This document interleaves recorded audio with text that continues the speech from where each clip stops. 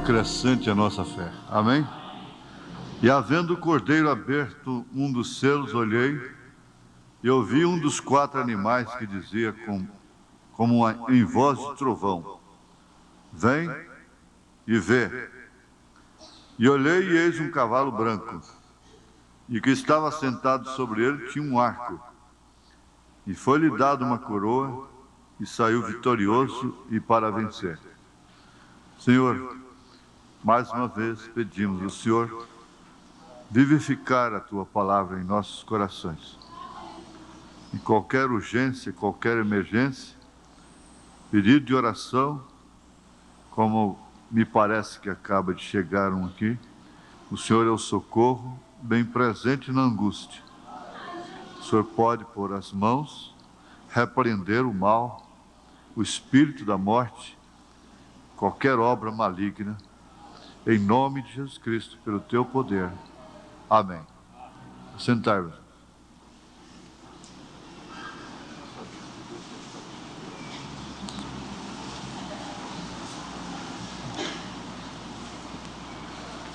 Nós vamos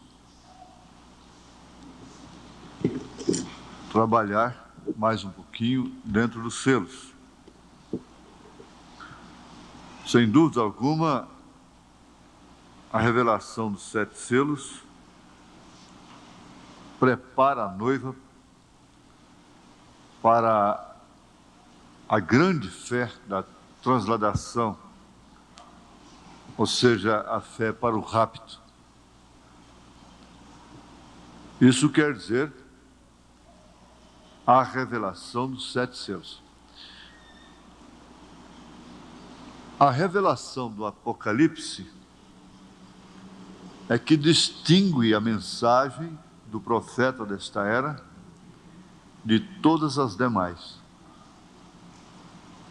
É claro que aí dentro estão os rudimentos, começando pelo batismo, em nome do Senhor Jesus Cristo. Mas tudo isso já existia e existe, como denominação. Os unicistas batizam em nome do Senhor Jesus Cristo. Há várias linhas evangélicas no mundo que não creem em 3 pessoas distintas. Isso significa que não é tudo. Essa é, sem dúvida alguma, um fundamento. Batismo em nome do Senhor Jesus Cristo, mesmo dentro da linha do ministério do profeta, ele distingue dentre os demais, não resta dúvida. Mas é bom nós sempre lembrarmos de que a revelação dos 7 selos é que caracteriza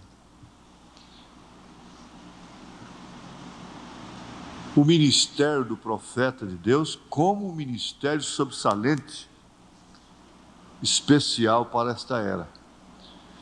Não foram nem mesmo as curas milagrosas de câncer, ressurreição de mortos, paralíticos, cegos, não.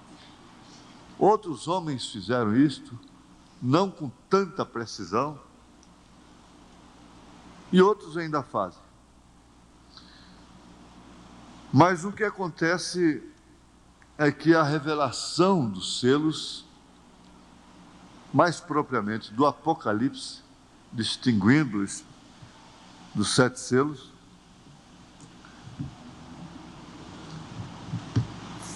faz com que o ministério do profeta fique sendo realmente um ministério sobressalente, porque se trata do ministério do 7º anjo de Apocalipse, capítulo 10, versículo 7. Mas nos dias do 7º anjo, quando tocar a sua trombeta, se cumprirá todo o segredo de Deus. Então ele não é apenas um reformador como os demais antecessores. Ele é um restaurador. Ele e Paulo. Paulo abre o parêntese o irmão Brana fecha o parêntese, ou os parênteses, né? Formando os dois. Parênteses das 7 eras da igreja, dos 7 períodos da igreja de Nosso Senhor Jesus Cristo. Então é bom a igreja sempre lembrar os evangelistas, os ensinadores, de um modo geral, que sem a revelação dos selos, a mensagem se torna uma mensagem comum, como as demais. Isso é baseado na própria palavra do profeta. E é perfeitamente compreensível que esses segredos seriam, vamos dizer numa linguagem popular, seriam o último cartucho de Deus. Porque ele veio nas 3 últimas eras, suscitando, né? Vamos dizer, os 3 últimos cartuchos. Seria a justificação pela fé, com Lutero, a santificação com Wesley, e essa vida final, terrena, final no sentido terreno, né? A vida vivida, o poder da fé perfeita, que é o verdadeiro batismo com o Espírito Santo, a fé genuína na mensagem, com o irmão Brana. Aqui no parágrafo 122, do primeiro selo, ele diz: agora os 7 trovões de Apocalipse permitirão que ele mostre a noiva, não as igrejas. Não as igrejas. Veja como você faz parte de um povo especial. Porque você não aceitaria a revelação dos 7 selos se não tivesse sido revelado acerca do profeta de Deus. Você não aceitaria. Porque as denominações não aceitam. E elas não podem aceitar. Nós temos que respeitar isto e não ignorar isto, que elas não têm como aceitar. Elas têm que ser contra mesmo. Não somente rejeitar. Mas você sabe, tem coisa que você rejeita e fica neutro a respeito daquilo e não toma conhecimento daquilo. Mas elas não podem ficar somente nisso. Elas têm que rejeitar e combater.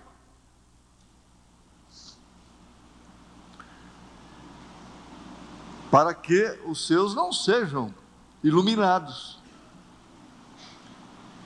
como vocês, como nós temos sido iluminados.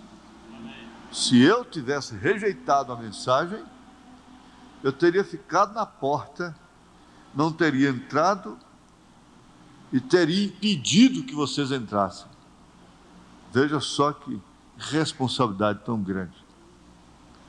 Mas a graça, a misericórdia de Deus não me deixou cair nesse grande abismo.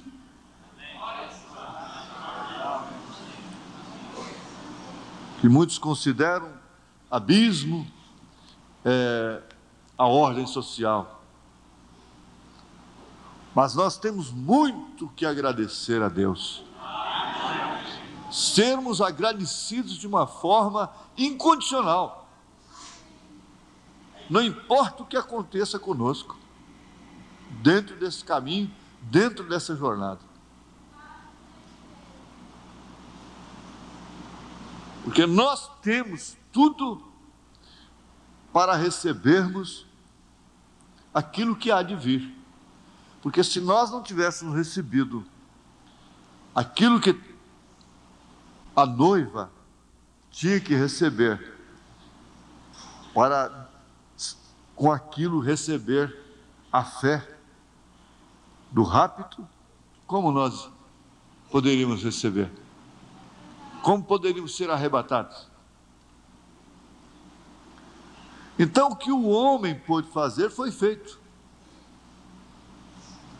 Veja, os 7 trovões de Apocalipse permitirão que ele, Jesus, mostre à noiva como preparar-se para obter essa grande fé de trasladação.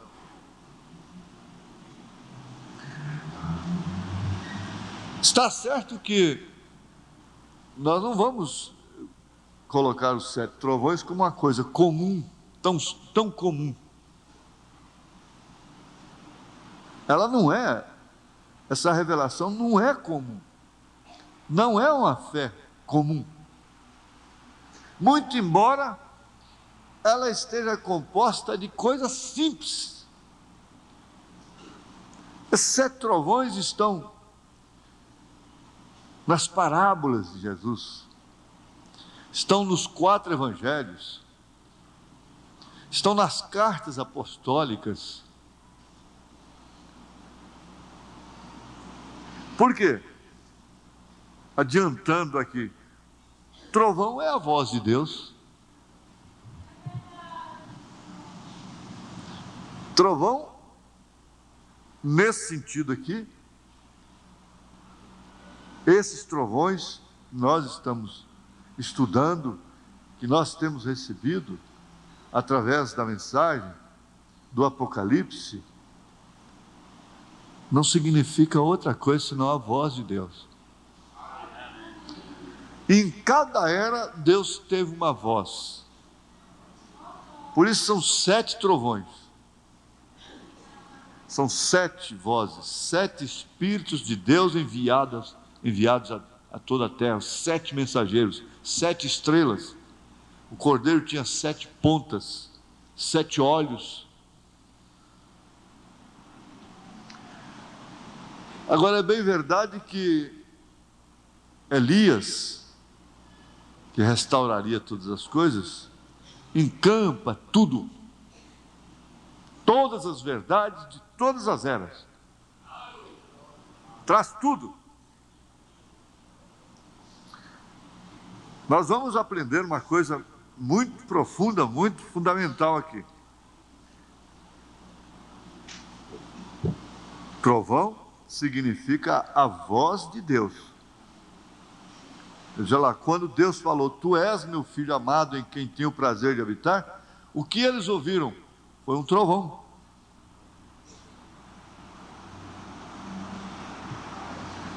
Agora, o que significa este cavalo branco de Apocalipse capítulo 1, verso 2? O que significa? Isso deixou de ser novidade para nós, é claro. Temos buscado ou temos estado muito longe do texto. Perdoe-me. Leiamos a referência de novo. Aqui eu estou no primeiro selo, parágrafo 123. E olhei quando o cordeiro abriu um dos selos, e eu vi um dos 4 animais dizendo como uma voz de trovão: vem e vê. E olhei e eis um cavalo branco, e o que assentava sobre ele tinha um arco, e lhe foi dado uma coroa. Não tinha até esse momento, ele não tinha essa coroa. Então ele saiu vitorioso e para vencer. Isso é tudo, até ali o primeiro selo. Apocalipse 6, 1 a 2. Agora encontremos os símbolos. Já vimos o que é o trovão. E isso é perfeito e o sabemos. Parágrafo 124. O trovão foi a voz de Deus quando o selo foi aberto. Agora, o que significa o cavalo branco? Aqui é onde entra a revelação. Estou tão seguro que isto é a palavra de Deus, como estou de estar parado aqui. Devemos entender que esse assunto aqui foi considerado o assunto mais importante de todo o ministério do profeta.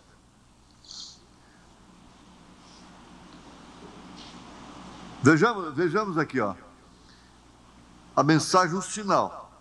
É uma demanda tremenda para imprimir mensagens, enviar mensagem para o Brasil, e a América trazer mensagem para o Brasil, aquela coisa.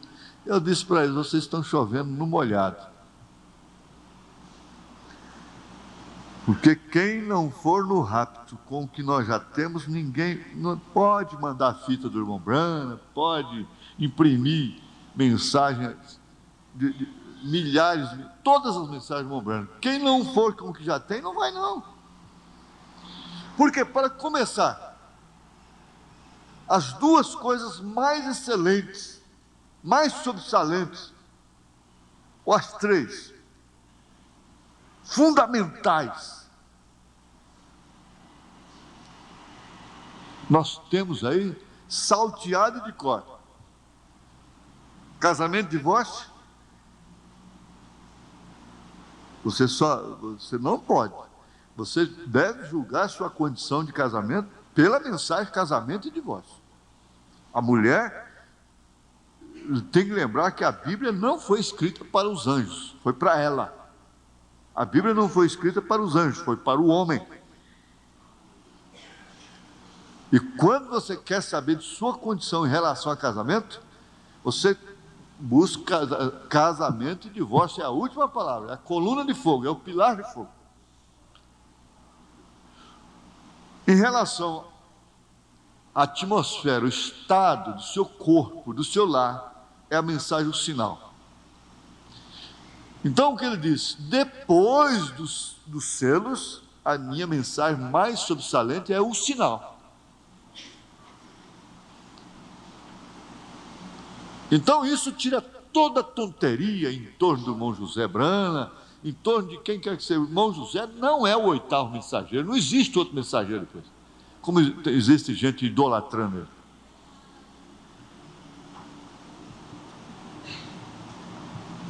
Disso ninguém precisa ter dúvida. Pode vir quem vier.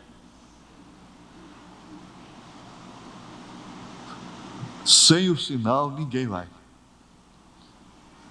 Então você quer se conduzir de uma maneira confiante para o rapto? É o sinal.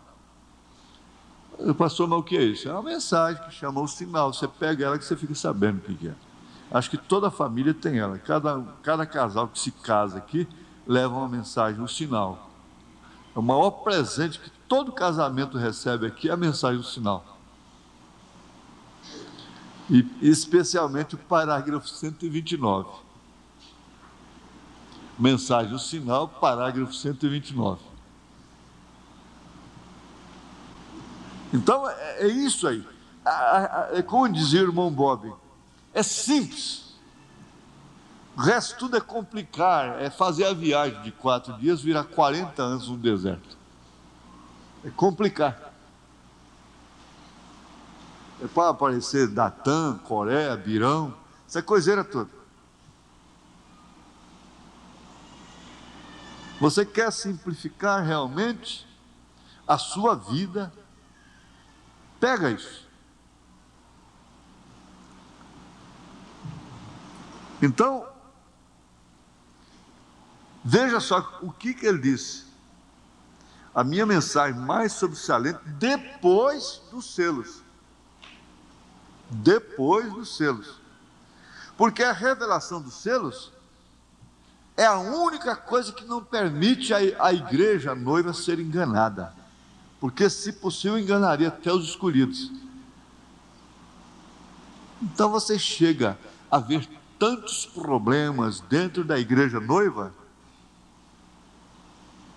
e no seu relacionamento com outras igrejas denominacionais, irmãos denominacionais, você passa a misturar uma coisa com a outra. a misturar uma coisa com a outra. E ter o outro lado de lá praticamente até melhor do que o lado de cá. Isso significa visão ofuscada. Visão ofuscada. Porque quando um povo, uma pessoa, o crente tem a revelação, o discernimento do corpo do Senhor, ele prefere ficar com um Davi errado do que com Absalão certo, com Saul certo. Ele prefere ficar com Jacó errado do que Isaú certo. A sua escolha define o seu destino. Leva a Ruth a ficar com a amargura, preferir a amargura do que ter uma vida livre. Ficar com a Noemi. Independente de quaisquer problemas e lutas, por revelação você não sai dali. É questão de revelação. Por isso que não é tempo de nós estarmos atrás de quem recua. Não é tempo para isso.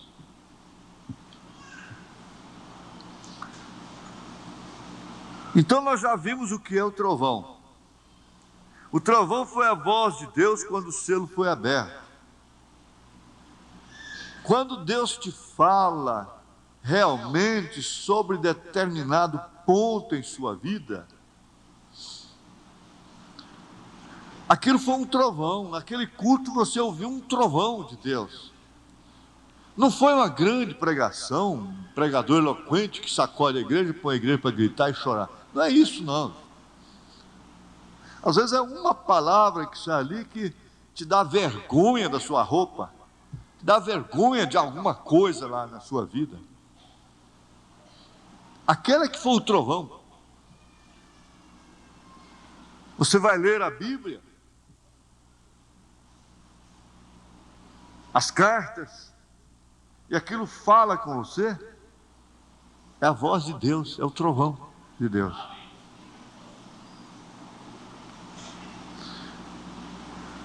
Agora, o que significa o cavalo branco? Vamos lá, vamos adiante. É difícil, não é, irmã Elisa? Nós temos tanta coisinha boa aqui, mas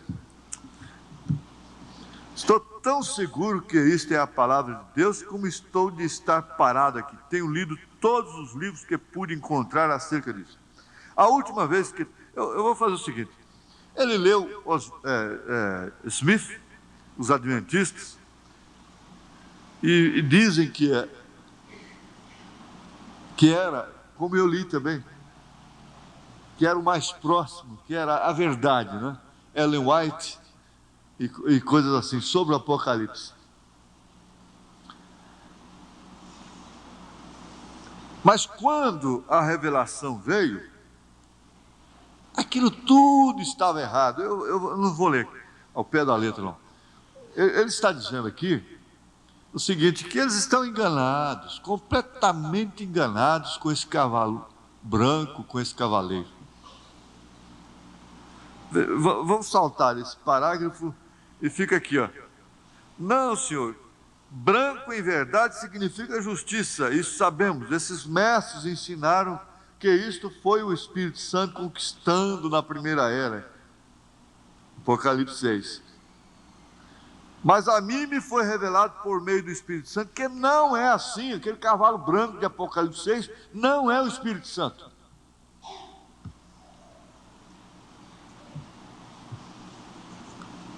Ele tinha que conquistar. Quem conquista chega de uma maneira conquistadora.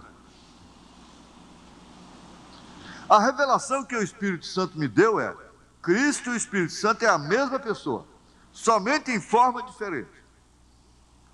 Então aqui temos a Cristo, o Cordeiro, com o livro na mão. Essa é a fase de Cristo no Apocalipse. É a posição dele. E ali vai o cavaleiro sobre o cavalo branco. Vê você? Então não foi o Espírito Santo. Esse é um dos mistérios dos últimos dias. Você pensa, mas isso não é tão importante para mim.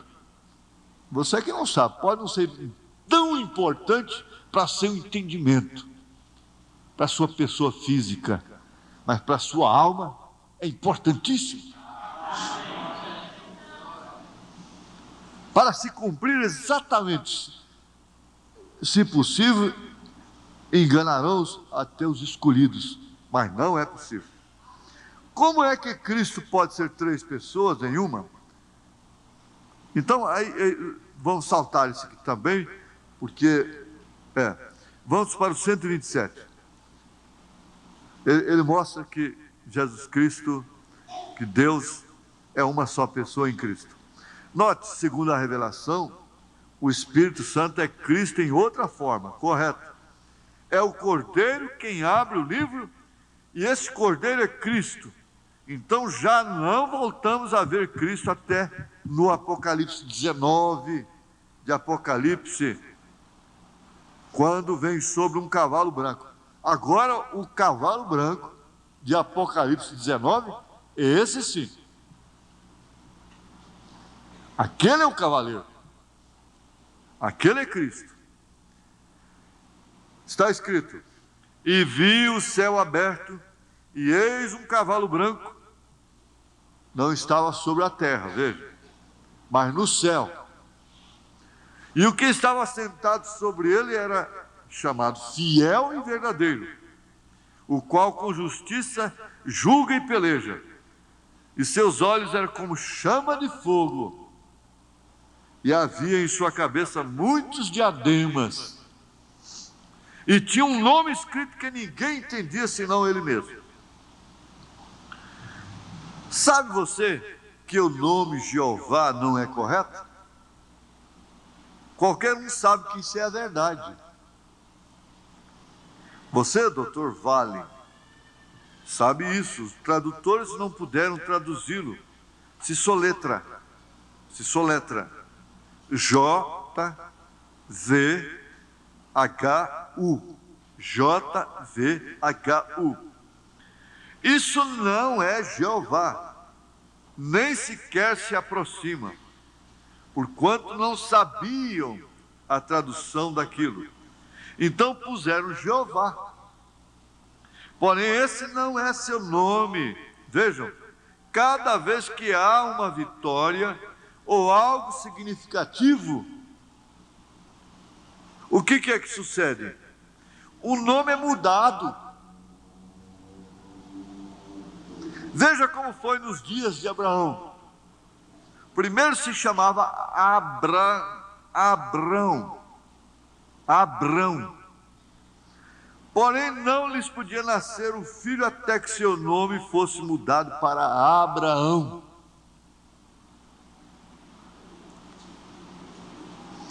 E o mesmo com Sarai. Ela não tinha nada mais que um ventre morto, até que seu nome foi mudado para Sara. Antes era Sarai, com ventre morto. Mas depois ele mudou o seu nome para Sarai, ou para Sara, de Sarai para Sara. Não foi isso?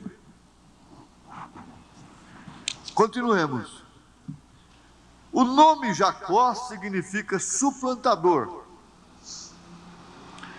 Isso quer dizer o que ocupa o lugar de outro, o enganador. Isso foi o que ele fez. Ele não fez outra coisa. Ele só fez isso. Pôs uma pele de ovelha, enganou seu pai, quem era um profeta, para obter a bênção do primogênito.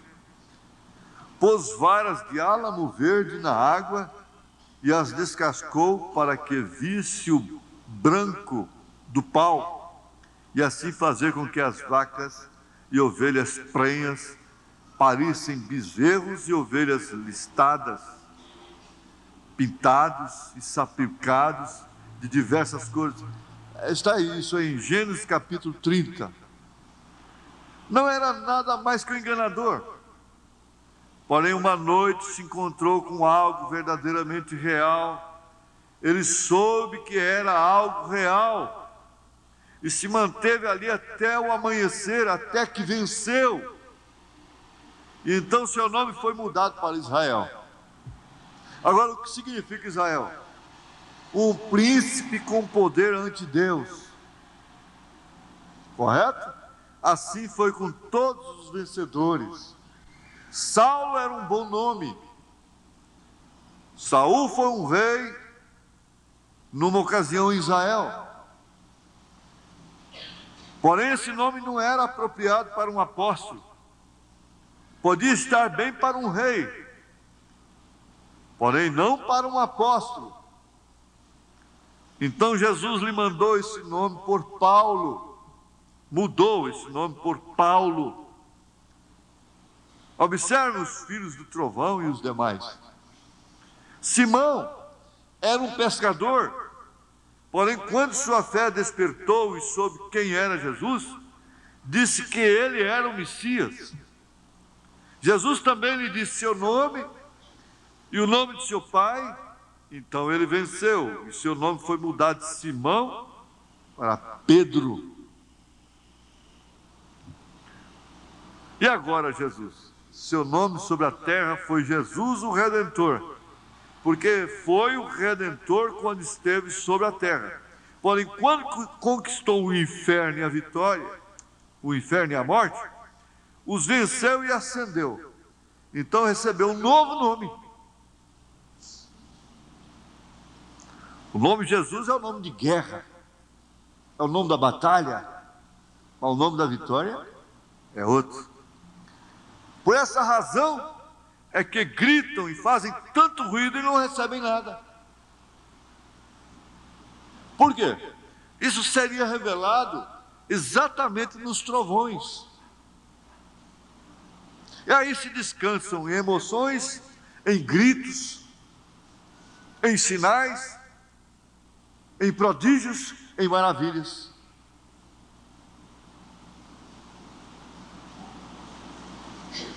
E é por isso que serão enganados. Veja o mistério. Ele vem cavalgando, tem que haver algo para mudar esta igreja. Vocês sabem isso, essa igreja tem que ser mudada.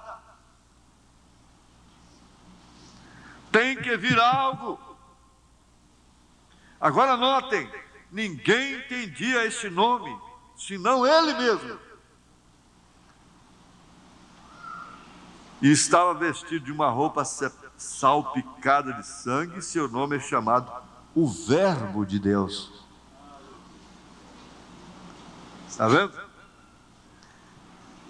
Viu aí onde é que foi parar a revelação? Viu só o segredo da revelação? O segredo que está dentro desse trovão tremendo. O Verbo de Deus, quer dizer, a palavra de Deus. E no princípio era o Verbo, e o Verbo estava com Deus, e o Verbo era Deus, não segunda pessoa. Você viu como vai lá? Não será enganado. Eles não podem ver esse nome característico do próprio Deus, naquele único lugar que ele escolheu para fazer habitar o seu nome. Isto quer dizer, para fazer habitar a sua palavra. Aí então entra o mistério tríplice de Deus. Deus em Cristo, Cristo na igreja. E a igreja no reino restaurado. E os exércitos que estão no céu lhe seguiam em cavalos, vestidos de linho finíssimo, branco e limpo, e de sua boca saiu uma espada aguda para ferir com elas as pessoas, e ele os regerá com vara de ferro, e ele pisa o lagar do vinho do furor e da ira do Deus Todo-Poderoso. E em sua vestidura e em sua coxa tem escrito este nome: Rei dos Reis e Senhor dos Senhores. Ah, só vai, olha a espada como vai. Eles não podem ver esse nome, porque isso é trovão. Eles não podem entender o trovão. Eles não podem ver o verbo de Deus. Eles estudam Logos. Ninguém melhor para explicar o Logos do que eles, os teólogos.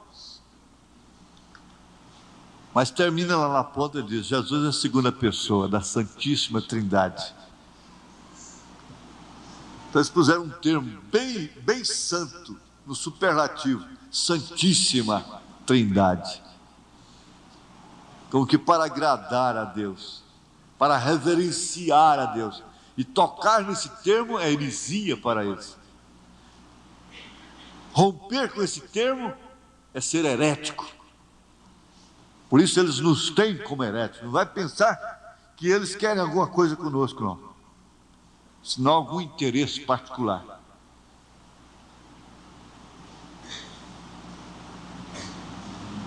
Eles não podem ver.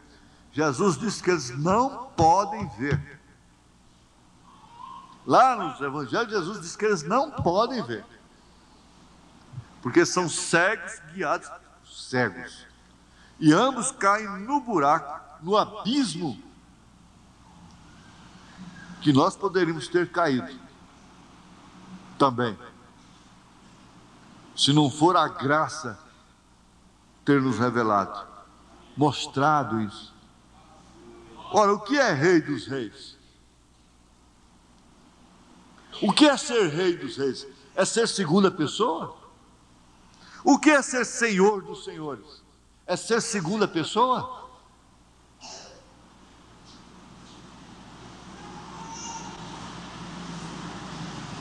O que é ser verbo? Verbo de Deus. E contrariando toda a gramática, verbo invariável.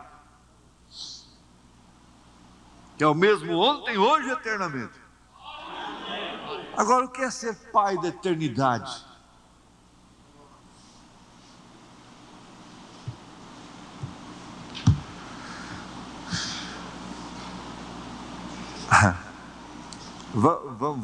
Vamos ficar por aqui. Eu vou tirar essa parte aqui, passar para o 138, 139, aí a gente encerra.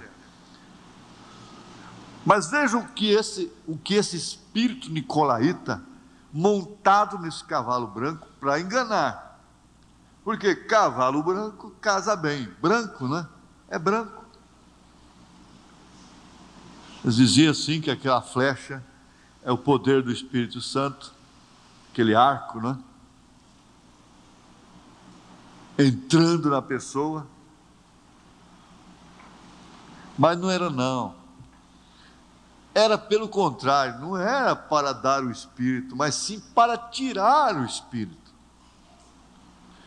Tirar inclusive os leigos da frente da igreja.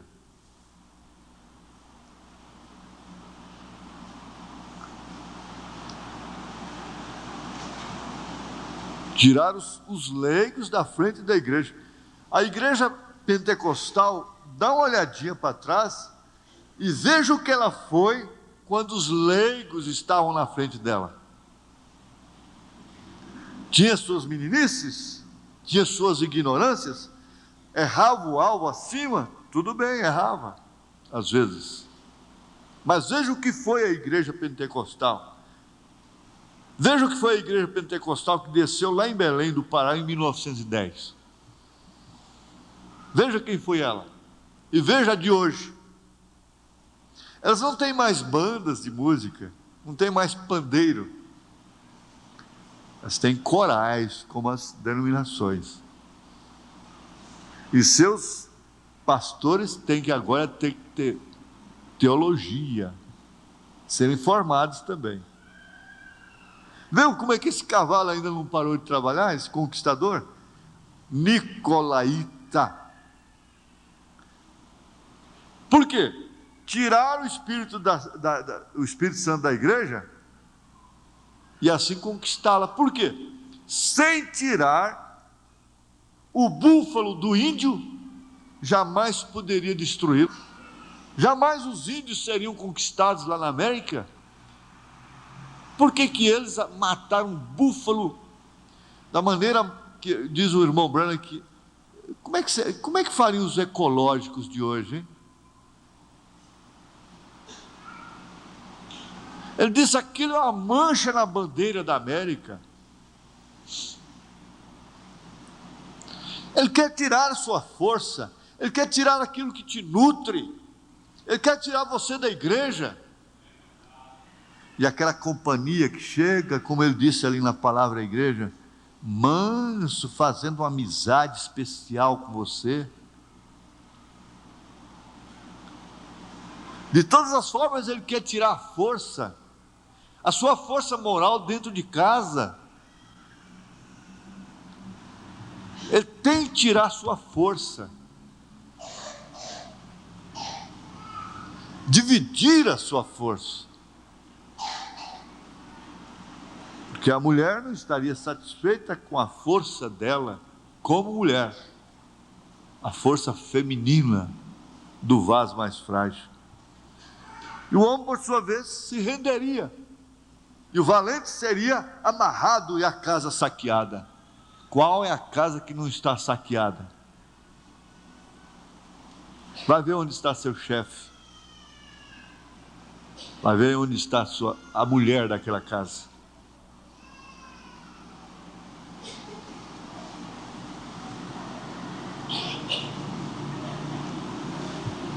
Você não tem que olhar para o que está acontecendo com os filhos, você tem que olhar o que está acontecendo com a mãe e com o pai. Só isso, mais nada.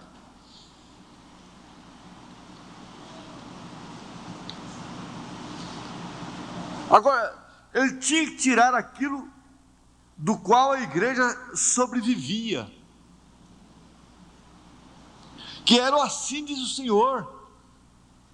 Eles eram de poucas palavras, e o que falava sucedia, o que eles falavam sucedia, era sempre assim diz o Senhor. Então eles tinham que tirar esse poder, e começou pelo pacto político. A política tira a força, ela é divisionista, ela reparte as forças, ela é parlamentarista por natureza.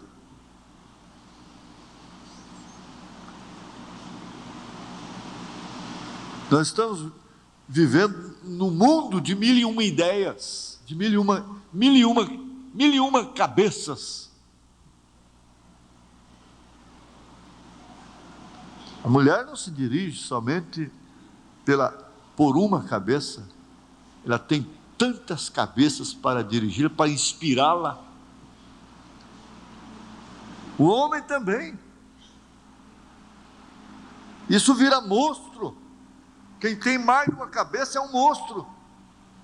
Que pavor, que horror para aquela mãe daquela criança que nasceu com duas cabeças. Monstro.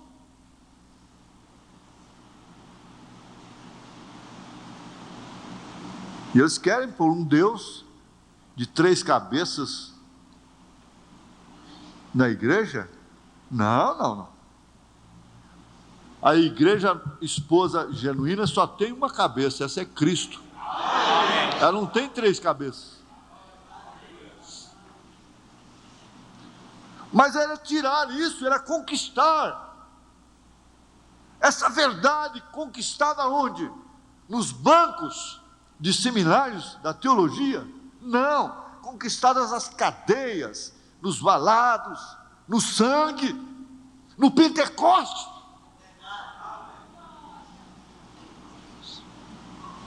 No deserto da Arábia, foi que Paulo recebeu.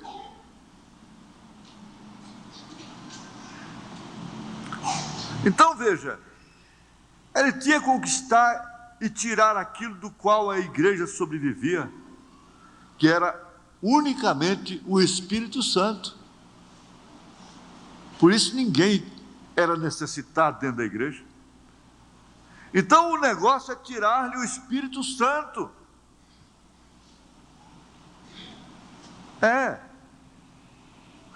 Porque sem tirar o Espírito Santo, você não pode ser conquistada. Você não pode ser conquistado, você não pode ser conquistado pelo inimigo, pelo enganador, pelo veneno que está te abraçando aí na porta da igreja, envenenando o seu ouvido, no telefone, ou seja, onde for.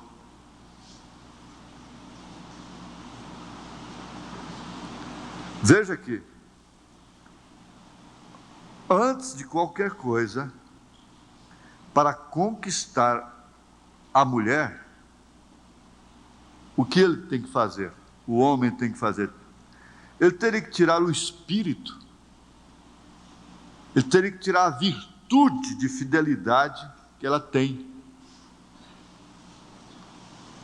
Ele tem que quebrar aquela virtude, para então conquistá-la.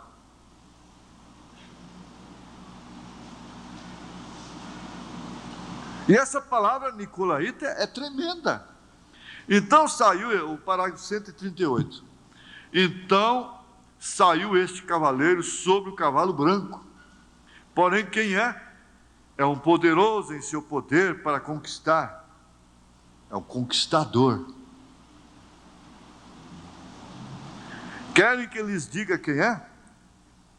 Esse é o anticristo. Ele está de cavalo branco, justamente para enganar. Por quê? Porque é o anticristo, segundo as palavras de Jesus, o qual disse que os dois espíritos seriam tão semelhantes que, se possível, enganariam os próprios escolhidos. É o anticristo, o espírito do anticristo. Tirou o Espírito Santo e engana mesmo, acabou.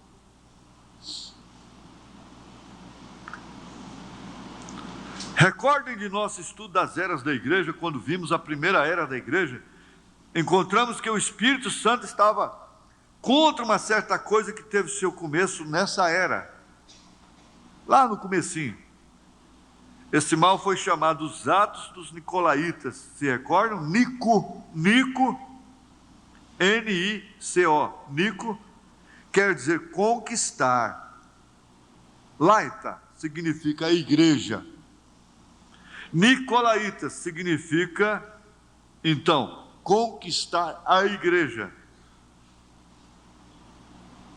E os denominacionais louvam a Deus pela conversão, entre aspas, de Constantino, o imperador Constantino.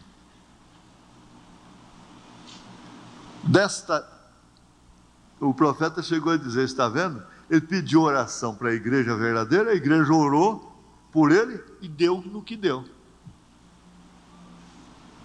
Todo mundo, você chega aí, você quer pedir oração para todo mundo, né? Você quer abençoar todo mundo. Uma oração principal seria essa: leva-o ao arrependimento em primeiro plano.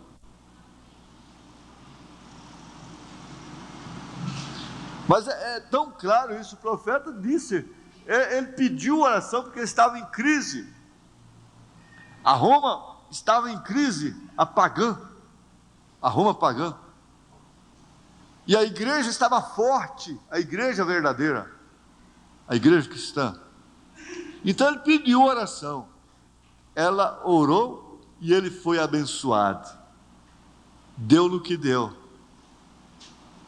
Resultou em concílio de Nicéia, resultou em doutrina de 3 pessoas, batismos títulos e essa coiseirada toda.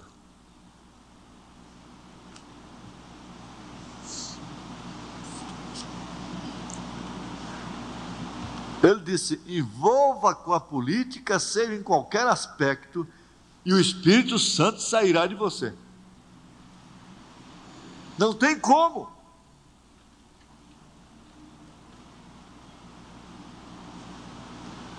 Os irmãos, as pessoas que entendem mais de política, sabem que isso é verdade, eles sabem melhor do que nós, até nós mesmos.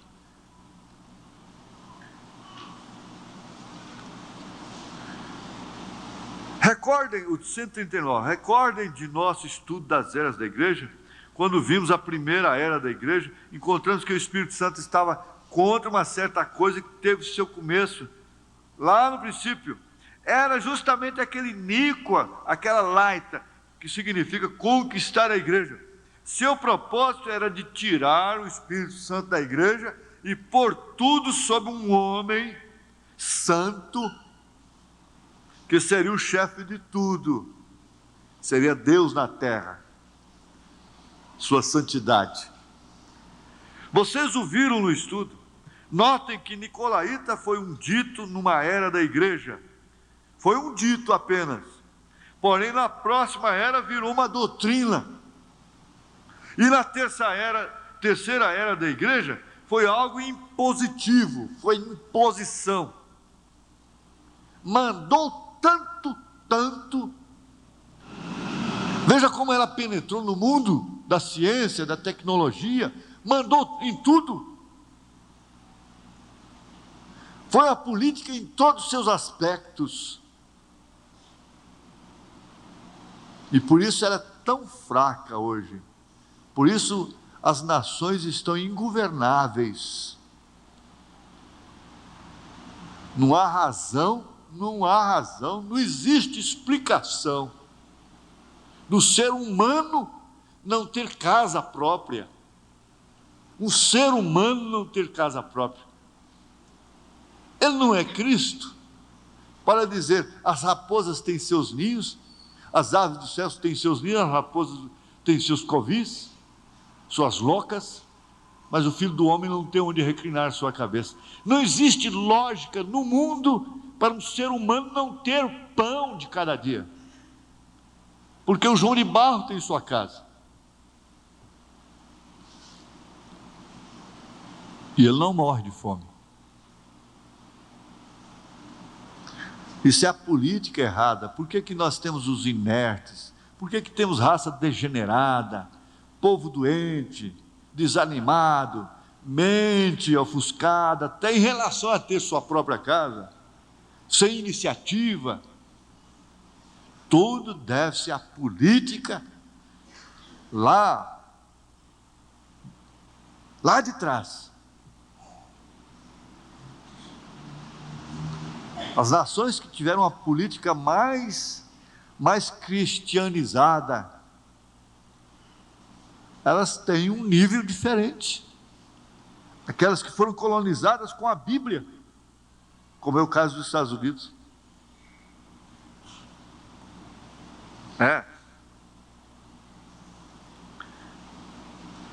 Foi um dito numa era da igreja, porém na próxima já era uma doutrina, e na terceira era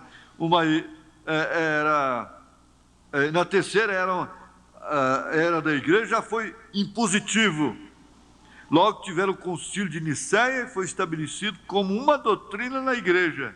E que foi a primeira coisa que sucedeu? Ali nasceu a primeira organização, é correto? Digam-me vocês qual foi a primeira igreja organizada. Foi a Igreja Católica Romana. Ela é a mãe de todas as organizações. Ela tem a doutrina mãe. Mas vamos voltar só um pouquinho, vamos ficar de pé. Eu já passei 7 minutos. Trovão, a voz de Deus. Que o Senhor te abençoe, o Senhor te recompense. E lembre-se, guarde isso. A mensagem mais sobressalente, depois disso aqui, depois dos selos, veja o quanto é importante o que você ouviu nesta noite, que é o mais sobressalente é isso. Depois vem o sinal. Depois disso aqui vem o sinal. Isso quer dizer que a pessoa pode ter casa limpa, vinda limpa, mas se não tiver essa revelação aqui, é enganada do mesmo jeito. Então o sinal segue isto aqui. Glória a Deus. Amém?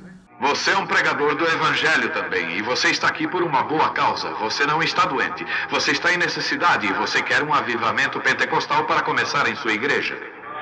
Todos nós queremos isso. Vamos todos ficar de pé.